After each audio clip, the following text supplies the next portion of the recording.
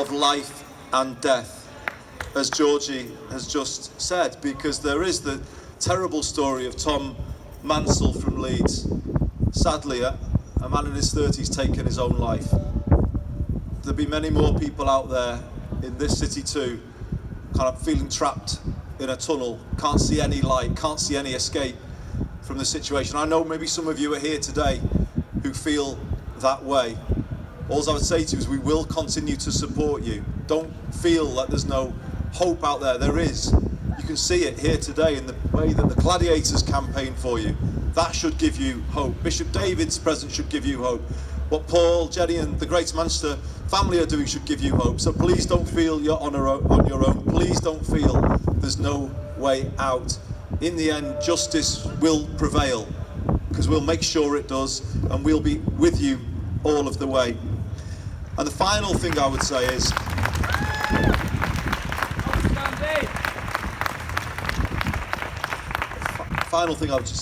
just to ask the government, who are obviously not far away from here, some of them perhaps even hearing this rally from their hotel rooms, we're not rerunning the arguments of last year when the government have come here today. So I'm not here doing the tub thumping thing. As I say, this goes beyond party politics. It really does, actually. And there are, to be fair, and Lucy will I'm sure agree with this, there are some Conservative MPs who back your cause. I'm sure, David, there'll be lords, Conservative lords who back the cause, because it's a matter of basic justice. You cannot make people pay for mistakes that are not of their making. Really. It is as simple as that. You really can't. And if you try and do that, it fails a basic fairness test. And the British public won't have that, because they're on your side as well. They see how unfair it is, the situation that you are in. And I think it is recognised more broadly. So as they come here for their conference, and as we respect the fact that today is not about politics, it is about basic fairness, what is right in this country, justice, decency, somebody said, absolutely right. And this city stands for that, doesn't it? It stands for what is right. We will always be on the side of people who are being discriminated against, because that is what it is.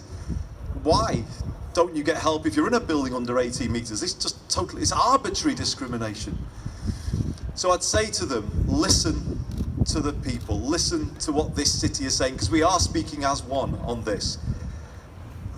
Just pay for it to be done, first and foremost. Take the weight off the shoulders of the people gathered in front of us. Take the weight off you. They should just do that straight away. Free you. Just free people from this living nightmare. That is the first thing that should be done. But then, when that has been done, that's step one. Step two is to work with David, with members of the Lords and the Commons, free people from the party whip, from the party politics. There isn't any place for that here. All governments have had a hand in creating the failed regulatory regime, but it's the industry too that's got responsibility here.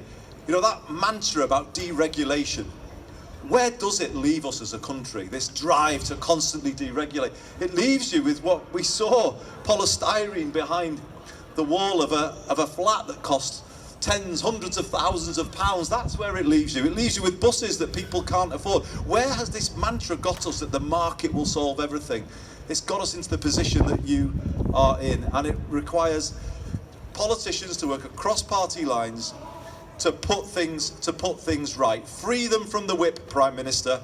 Let justice prevail in Parliament for once. Let's have a solution for all of the people in this city who are living in a living hell at the moment. Free them from that limbo. It can be done, and this is about fairness and justice in this country coming out of this pandemic. It's the appeal we make together to you today. We hope you are listening. Keep going, everybody, because we will never leave you, and in the end, we will prevail. Thank you very much indeed.